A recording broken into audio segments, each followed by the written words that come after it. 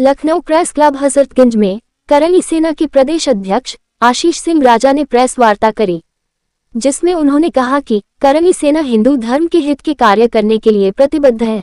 जो लोग हिंदू धर्म, साधु संतों तथा हिंदू धर्म के प्रतीकों का अपमान करते हैं, उनके खिलाफ सख्त कार्रवाई होनी चाहिए। स्वामी प्रसाद मौर्य, चंद्रशेखर, राजकुमार भाटी हिंदू धर्म व साधु संतों के विरुद्ध बोलना बंद करें। उन्होंने कहा, लव जिहाद का विरोध जारी रहेगा। सेना विस्तार का कार्यक्रम चालू हो रहा है। आज से सभी प्रदेश से आए हुए जितने हमारे भाई हैं, अभिनव भाई, वीर प्रताप जी, सौम्या जी, तो हम लोग अब विस्तार कैदेश करेंगे करणी सेना का। आने वाले समय में हम लोग आगे बढ़ना चाहते हैं। चुनाव देखेंगे, जब सामान्य लोगों को ऊपर लड़ाई यूजीसी के माध्यम से रख रहे हैं, तो अब हम लोग जो है चाह रहे हैं कि नहीं हटाया जाता यूजीसी, तो हम लोग अपनी करणी सेना को चुनाव में भी उतार सकते हैं। तो अभी कितने लोग सम्मिलित हुए हैं आपके सेना में? हमारे साथ में हजारों लोग रोज सम्मिलित हो रहे हैं जी। हजारों लोग, बाराबंकी में 5000 लोग अभी 2-4 दिन में प्रोग्राम में सम्मिलित होंगे। अयोध्या में सम्मिलित हुए, ये हमारी अवध की महिला शक्ति की है। ये भी हमारे साथ जो है जिलाध्यक्ष थी, का जो है बढ़ते जा रहे हैं सब कार्यकर्ता। प्रदेश अध्यक्ष जी, 2027 के चुनावों में कौन से प्रमुख मुद्दे रहेंगे आपके? हम लोगों का प्रमुख मुद्दा यही है कि सनातन को, जैसे स्वामी प्रसाद मौर्य, रावण, अखिलेश यादव जी, ये सब लोग जो है सनातन को, हमारे देवी देवताओं को नाश पढ़ने पर लगे हैं। नाश मतलब आप समझ लीजिए रोज गाली देते हैं। अब वो बर्दाश्त नहीं किया जाए। कांग्रेस के राष्ट्रीय अध्यक्ष खड़गे जी कह रहे हैं कि आरएसएस और भाजपा साफ है, जहां भी इनको वहीं मार दो। वो तो साफ है ही। वो जो है ओवर एज हो चुके हैं, उनका रिटायरमेंट का समय है। उनको भेजिए कहीं गंगा उंगा दर्शन करे जाके। उनका राजनीतिक में कोई जो है वो प्रभाव नहीं है। लगभग कितनी सीटों पर चुनाव लड़ने का इस बार विचार है 2027 के चुनाव? ये तो मोदी जी, योगी जी के ऊपर यूजीसी हटाएंगे कि नहीं हटाएंगे। यानी यूजीसी आपका प्रमुख मुद्दा रहेगा? प्रमुख मुद्दा वो रहेगा। और ये जैसे रावण जैसे आतंकवादी सपोर्टर लोग, आतंकवादियों से पैसा लेकर रावण और स्वामी प्रसाद मौर्य, अखिलेश यादव, ये लोग जो है सनातन को बदनाम कर रहे हैं। ये बहुत गलत मैसेज जा रहा है। तो कितनी महिला सीटों से आप चुनाव में 2027 में करेंगे महिलाओं को? महिला 33% हम लोगों को, हमारे राष्ट्रीय अध्यक्ष सूरजपाल अंबू जी का वो है 33% आरक्षण मिला, 33% लड़ाएंगे हम लोग। किसी पार्टी से गठबंधन? देखा जाएगा, वो आगे का विचार आगे देखा जाएगा। और प्रमुख मुद्दे कुछ आपके? युवाओं के लिए, रोजगार के लिए, और बाकी जो देश में चल रहा है। देख रहे हैं अभी हम लोग जो है जहाँ तक है, अभी योगी जी देख रहे हैं, अच्छा काम कर रहे हैं। हम लोगों का एक मुद्दा ये है, अयोध्या में जो राम मंदिर बना है, उसमें जब तक हम लोगों का, हमारे राष्ट्रीय अध्यक्ष सूरजपाल अंबू जी का ये मानना है कि जब तक वहाँ सदस्य हमारा एक परिवार का नहीं होगा, तब तक जो है हम वहाँ दर्शन करने नहीं जाएंगे। वो पढ़ लिया है सूरजपाल अंबू जी। करणी सेना की एक महत्वपूर्ण प्रेस वार्ता चल रही है, क्या कुछ कहेंगे इस प्रेस वार्ता को लेके? क्या कुछ प्रमुख मुद्दे रहेंगे, क्योंकि 2027 के चुनाव भी निकट है? 2027 का चुनाव निकट है, तो जैसा कि आप सभी जान रहे हैं कि भाजपा ने जिस हिसाब से यूजीसी का जो बिल लाई है हमारे समाज को बांटने के लिए, तो हम लोग कहीं ना कहीं भाजपा की उस नीति से नाराज़ हैं जो हमारे देश को, समाज को खंड खंड करने का काम कर रही है। आज से 30 साल पहले मंडल कमीशन आया था, देश के 2 बेटे आमने सामने थे रोड पे, कुछ हमारे मरे, कुछ उनके मरे, और मंडल कमीशन लागू हुआ। उसी तर्ज पे अब ये यूजीसी लाके हम लोगों के बीच में प्रस्तुत कर दिया गया है। पहला तो पॉइंट हमारा ये है कि हम यूजीसी का विरोध करेंगे। दूसरी चीज़ क्या है कि सनातन के सम्मान और स्वाभिमान के लिए अगर हमारे समाज को बांटने की का कार्य कोई भी नेता, कोई भी व्यक्ति अगर करेगा, तो तन मन धन और जरूरत पड़ गई तो करणी सेना संवैधानिक रूप से सुरक्षा के लिए गन के साथ उतरी जी। अगर करणी सेना की बात करें तो ज़्यादातर सनातन धर्म से जुड़े मुद्दों को उठाती है। इसके अलावा क्या कुछ प्रमुख मुद्दे रहेंगे युवाओं के लिए, रोजगार के लिए? उससे देखिए, शिक्षा, चिकित्सा, सुरक्षा, ये हमारा विशेष मुद्दा है, क्योंकि हमारे बच्चे अगर शिक्षित होंगे, इसीलिए हम यूजीसी का विरोध कर रहे हैं। क्या हम अपने बच्चों को जो है पढ़ने के लिए भी जो है मतलब वहाँ पर माहौल ख़राब होगा, इसलिए हम शिक्षा की तरफ भी ध्यान दे रहे हैं अगर हम यूजीसी का विरोध कर रहे हैं। चिकित्सा का मतलब ये हो गया कि हमें अपने युवाओं को एक अच्छा स्वास्थ्य भरा माहौल भी चाहिए होगा। अभी आपने देखा होगा पीसीएस और आईएएस के एग्ज़ाम में बहुत सारे लड़कों ने फेल होने के बाद में सुसाइड अटेम्प्ट किया। कई मामले हुए, गाजीपुर का मामला हुआ, और कई फर्जी जो है चीज़ें हैं, क्योंकि मेंटल स्ट्रेस में भी जो है बच्चे हमारे जा रहे हैं। तो चिकित्सा की तरफ हमें ध्यान देना पड़ेगा। और सुरक्षा इसलिए आवश्यक है क्योंकि अभी राजपूत समाज की एक बेटी के साथ में आपने देखा होगा बिहार में कुछ बच्चों ने गंदगी कर दी, और अभी कल की घटना अपने लखनऊ की हुई है। सर एक घटना मथुरा की भी है, आपके संज्ञान में शायद होगी कि सोशल मीडिया पे चल भी रहा है कि एक लड़की चिल्ला रही हो, कह रही मेरा रेप हुआ। बिल्कुल, वो घटना हमारे जानकारी में है। उसमें इस्कॉन टेम्पल के एक पुजारी जी हैं, वो फॉरेनर हैं, वो इंडियन नहीं है, जिसको पंडित बोलकर जो है समाज को टारगेट किया जा रहा है। हाँ। ये चीज़ मैं क्लियर कर दूँ, वो इस्कॉन टेम्पल के पुजारी जी हैं, तो उस पे कार्रवाई हैं। और उसमें एक मामला और भी सामने आया है कि कुछ 15 लाख की लोनिंग का भी मामला है। अच्छा। अब उसमें क्या सच्चाई है, जब तक स्पष्ट जानकारी नहीं होगी हम लोगों का उस पर बोलना, क्योंकि ये मामला सेंसिटिव होता है। इस देश ने निर्भया जैसा कांड भी देखा है और इस देश ने मुस्कान का नीला ड्रम भी देखा है, तो हम कह नहीं सकते कि कौन सही है कौन गलत है। क्यों है कि लगातार सनातन को लेकर के मुद्दाएं लेकर के आती रहती है जमीनी स्तर पर? हम जवाब देते हैं। आधे से ज़्यादा लोग दुकान खोल के बैठे हैं, चंदा और डंडा मजबूत करके भारत के सनातन के साथ खिलवाड़ कर रहे हैं। अगर आधे लोग सनातन का संगठन चला रहे हैं तो सनातन के ऊपर टारगेट करने वालों को अब तक जवाब क्यों नहीं दिया गया? उनको जवाब देने के लिए सिर्फ करड़ी सेना बैठी है। इसलिए सनातन के मुद्दे पर करड़ी सेना मजबूती से खड़ी है और हर उस व्यक्ति की जवान खींचने का काम करड़ी सेना करेगी जो हमारे सनातन को, देवी देवताओं को टारगेट करेगा। कुछ लोग करड़ी सेना पर भी सवाल उठाते हैं, कहते हैं कि कार्यशैली अलग लेवल की है, तो उस पर क्या कहना चाहेंगे आप? वो कौन लोग हैं, कहाँ पाए जाते हैं? वो मीडिया में बात करते हैं। करड़ी सेना एक सामाजिक संगठन है, समाज में व्याप्त कुरीतियों के खिलाफ लड़ती है। हर आदमी सवाल लोग भगवान को उठा रहे हैं, करड़ी सेना पे सवाल उठा रहे हैं, कौन सी बड़ी बात है? ठाकुरों की सेना है, कहने दो, हमारे यहाँ आइए आपको बिठा। और यहाँ तक भी कहा जाता है कि आप लोग आक्रामक बहुत होते हैं। हम लोग 36 बिरादरियों को लेकर चल रहे हैं। आक्रामक हमारे बाप दादा हमारे रहे लोग हैं, हैं, आक्रामक हमारे बाप दादा रहे हैं। आक्रामकता से ही ये भारत बचा है। ये भारत कभी शंख बजा के और जो है वो लोगों से माला पहना के नहीं बचा है। इसके लिए हमारे पूर्वजों ने गर्दन कटवाई है, तब ये भारत बचा है। आक्रामकता होनी चाहिए। अगर हमारे धर्म के खिलाफ, हमारे राष्ट्र के खिलाफ, हमारे देवी देवताओं के खिलाफ आप बोलेंगे तो आक्रामकता की जाएगी और आपकी गर्दन काटने का काम किया जाएगा। ये चाहे संवैधानिक हो चाहे असंवैधानिक हो। कोई संविधान नहीं कहता है कि आप हमारे धर्म को पानी पीकर गाली दें। अक्सर देखा जाता है कि सनातन धर्म को ही टारगेट किया जाता है, जवाब में कोई पॉलिटिकल पार्टी कोई पुख्ता बात नहीं देती है। अच्छा सवाल किया है पत्रकार महोदय, हम आपका स्वागत करेंगे। ये क्वेश्चन होना चाहिए पत्रकार बंधुओं से कि आखिर सनातन पे ही लोग टिप्पणी क्यों करते हैं। मैं तो कहता हूँ किसी की माँ ने दूध पिलाया है तो आप बोलिए, मुसलमानों के ऊपर बोल के देखिए। आप जो है उनके अंदर कुरान में आप विसंगतियां गिना के देखिए। ये हमारा सनातन धर्म है जो शांति प्रिय धर्म रहा है और भारत को जो है प्यार करने वाला धर्म रहा है। किसी और धर्म के बारे में बोल के देख लेंगे तो भारत छोड़ के भागना पड़ेगा। ये हमारी महानता है, ये हमारे पूर्वजों का आशीर्वाद है कि सनातन के लिए बोल के भी इस भारत में लोग राजनीति कर रहे हैं। जिस दिन हम लोग उनको ही उनकी भाषा में रिस्पॉन्स देना बंद कर देंगे, उस दिन ऐसे लोग राजनीति तो दूर कर दीजिए, घर में सुरक्षित नहीं रह पाएंगे। लोग कल 14 अप्रैल को मनुस्मृति जलाई जाएगी। हम उसको जलाना शुरू करेंगे जो मनुस्मृति जलाएगा।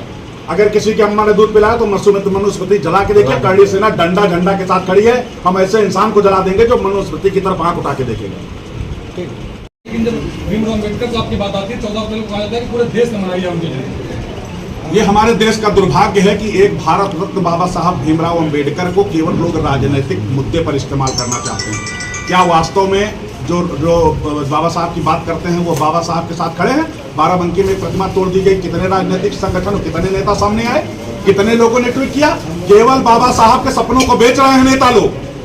ये बाबा साहब के अनुयायियों को देखना चाहिए। और बाबा साहब को जो मानते हैं वो आक्रांता नहीं हो सकते। बाबा साहब शांति के परिचायक थे। उन्होंने शांति का रास्ता निकाल करके संविधान लिखा है। नेताओं से अपील है कि बाबा साहब को बेचिए मत, उनके नाम को मत बेचिए।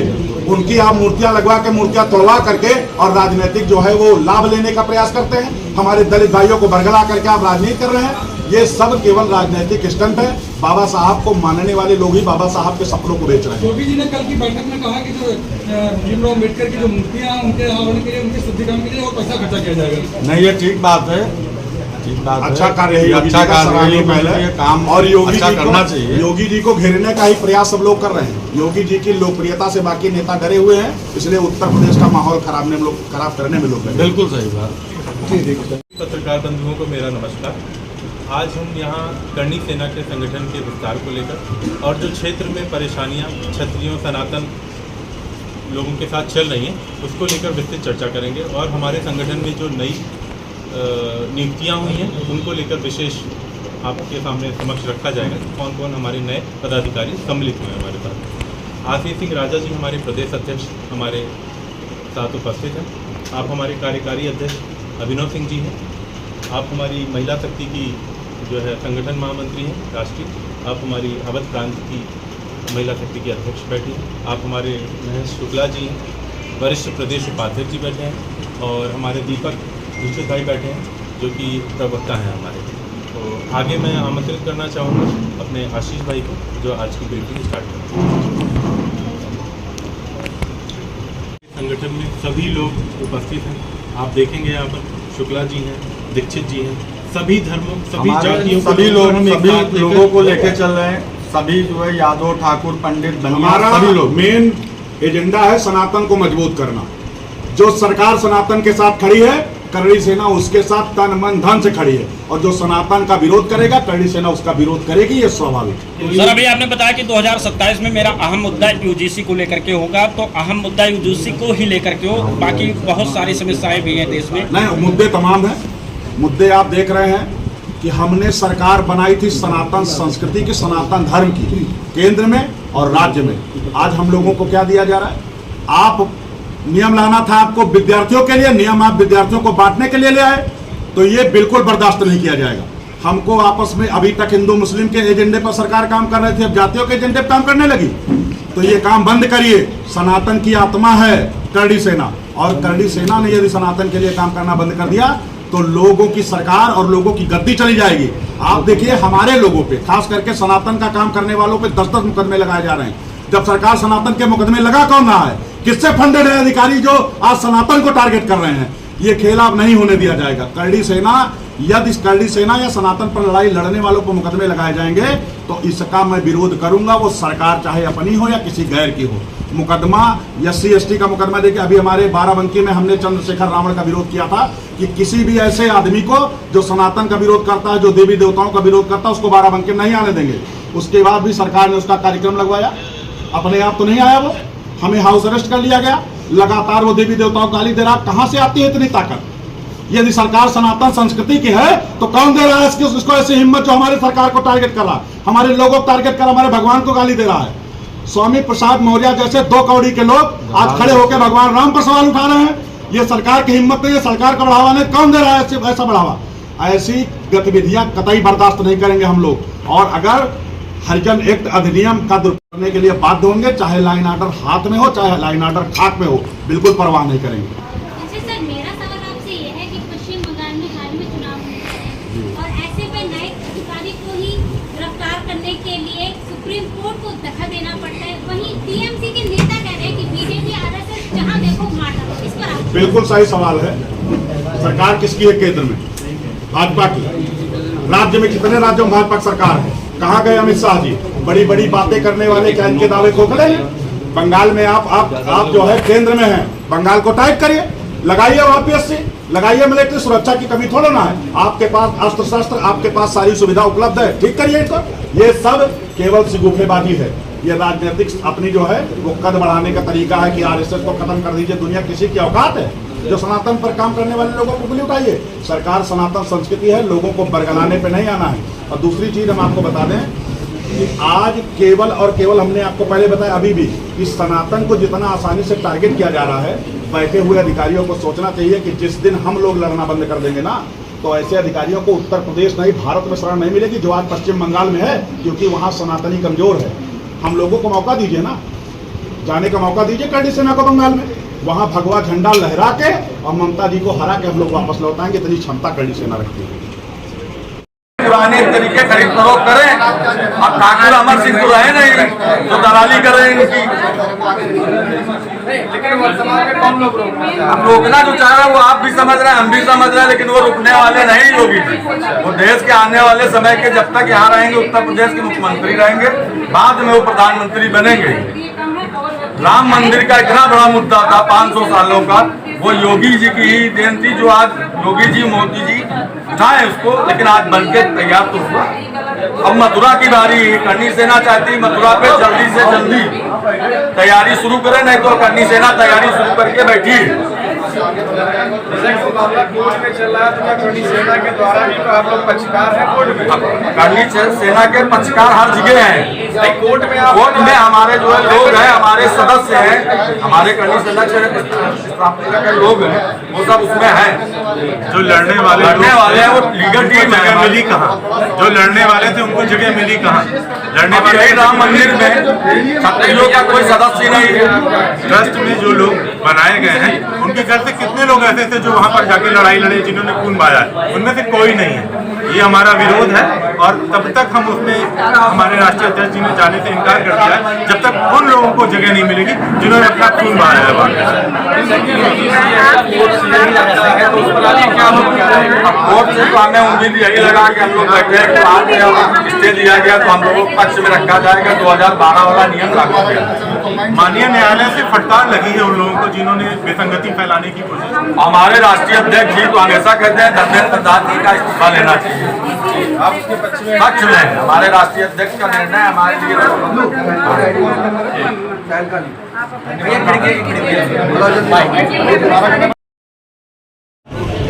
सविता जी, करनी सेना में आपका स्वागत है। आज यहाँ पे प्रांतीय अध्यक्ष पद पे आप आई हैं, तो क्या क्या चीज़ें हैं आप जो है अपनी सेना से मिलकर करेंगी देश के लिए? सबसे पहले तो मैं आप लोगों का दिल से अभिनंदन करती हूँ अपने सभी पत्रकार भाइयों का। और आज हमारे आदरणीय सुरेश दादा ने हमें इतना बड़ा पद दिया प्रांतीय अध्यक्ष का, तो मैं यही प्रयास करूँगी कि उनके विश्वास पे खरी उतरूँ और करनी सेना के का और विस्तार करूँ सबके साथ मिलकर। और महिलाओं के लिए क्या है? महिलाओं के लिए मैं यही संदेश देना चाहती हूँ कि हमारे करनी सेना में जो भी महिलाएं जुड़ना चाहती हैं, वो किसी भी जात धर्म की हो, हमारे करनी सेना में सभी महिलाओं का स्वागत है। और करनी सेना में महिलाओं का बहुत ही सम्मान किया जाता है। तो जो भी महिलाएं, बहन, माताएं जो हमारी करनी सेना से जुड़ना चाहती हैं, वो हमसे संपर्क कर सकती हैं। उनका स्वागत है करनी सेना। Thank you. सेना में आज आप यहाँ पे हैं, तो कैसा महसूस कर रही हैं? बहुत राष्ट्रीय अध्यक्ष हैं, महिलाओं को बहुत ज़्यादा सम्मान दे रहे हैं। अभी जो है हमारा कार्यक्रम हुआ था अलीगढ़ में, जिसको अलीगढ़ का भी हम तो महिलाओं के किन किन मुद्दों को आप उठाएंगी अपने से? जी, महिलाओं में एक है सबसे पहली चीज़ जो रेप केसेस होते हैं। जी, रेप केसेस होते हैं और जो घरेलू उत्पीड़न के केसेस होते हैं, इंसान अपने घर में भी रह के सेफ नहीं है। उन सब चीज़ों के मुद्दे में हम लोग आगे काम करेंगे। थैंक